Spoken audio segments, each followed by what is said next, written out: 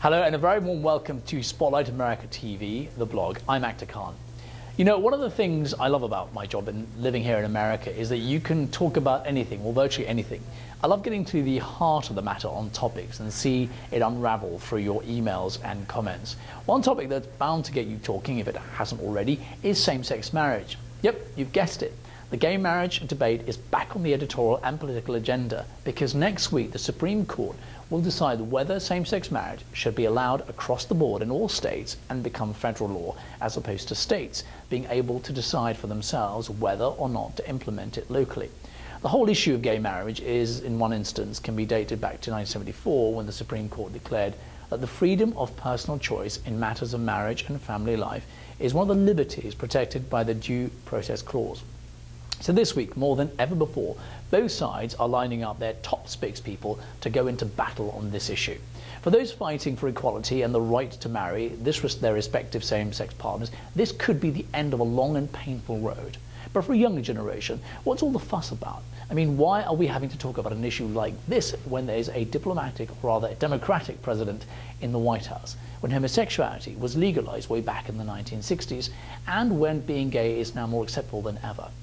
You'd think it was that simple, but same-sex marriage has been an issue for many years. A political and social ping-pong ball, it's been kicked around by politicians and the like for decades.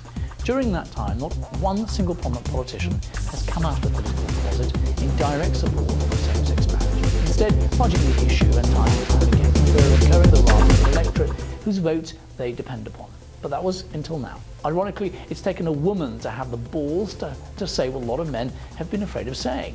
The former Secretary of State, Hillary Clinton, the favorite to run as the Democratic presidential nominee in 2016, finally declared her hand. A long time coming, this week she publicly declared that she is in favor of same-sex marriage.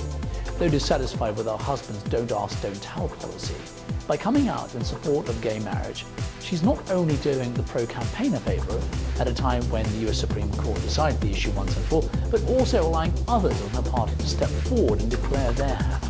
Not to mention the country, and believe it or not, Republicans. Traditionally, the majority of Republicans have always opposed gay marriage, citing the erosion of the institution of marriage as a reason. I'll go into that in just a minute, but I just wanted to touch upon a whole series of polls carried out recently by the Washington Post and ABC, which shows a shift away from the traditional base on this issue for Republicans. For example, 35% of Republicans approved of same-sex marriage, with a poll last year compared to 24% in 2004.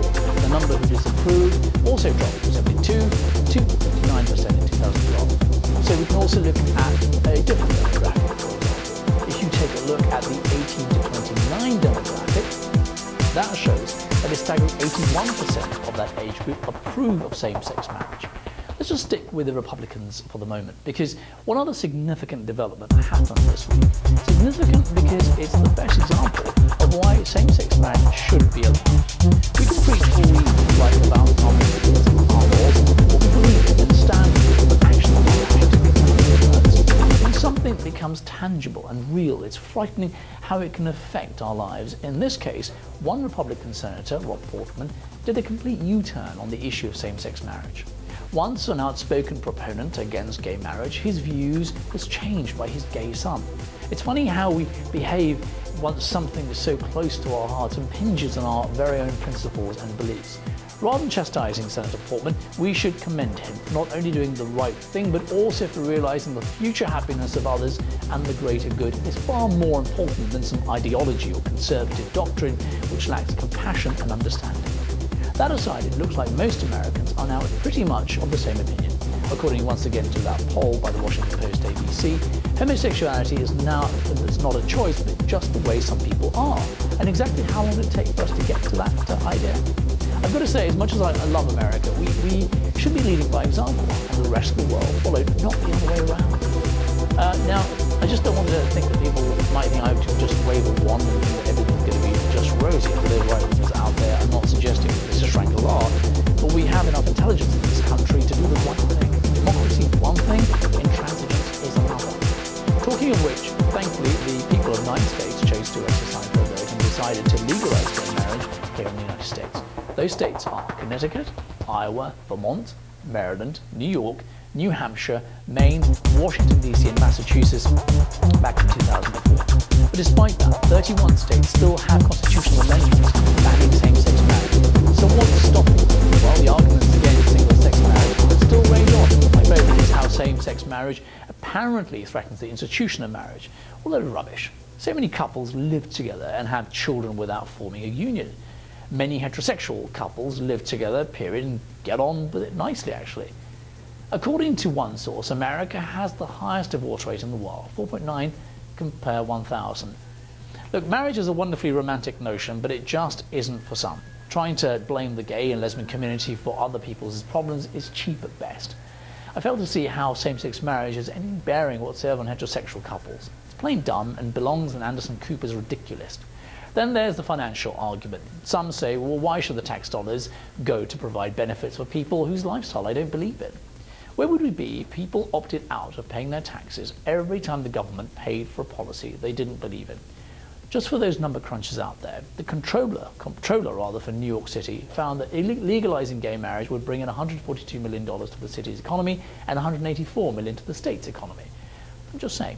Then there's the religious argument. I don't really want to go into the religious argument, but it incenses me sometimes to think that God would have really wanted us to hate our fellow man so much. If you don't like someone's lifestyle, then just let them be. We're all going to face God eventually anyway. I wish the Bible bashers would stop preaching to others because their lack of validation in this world, or trying to score brownie points with the big guy in the sky, or guarantee their place in the afterlife at the expense of gay and lesbians.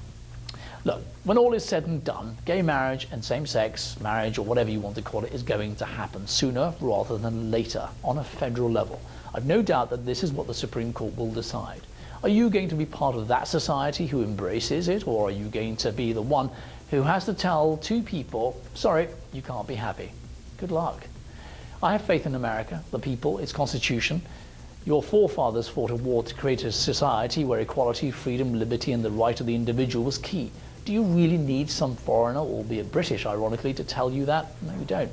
So live up to the principles upon which this great nation was founded. As always, I'd like to hear from you. What do you think the current administration should do, or the Supreme Court, on this subject? Also, if you've come across topics you'd like us to cover, or some big stories caught your eye, then you can send us an email, spotlightamericatv@gmail.com. You can also follow me on Twitter, coming up on your screens now. But for now, from me, Akhtar Khan, and the rest of the team here on the show, goodbye, and thanks for watching.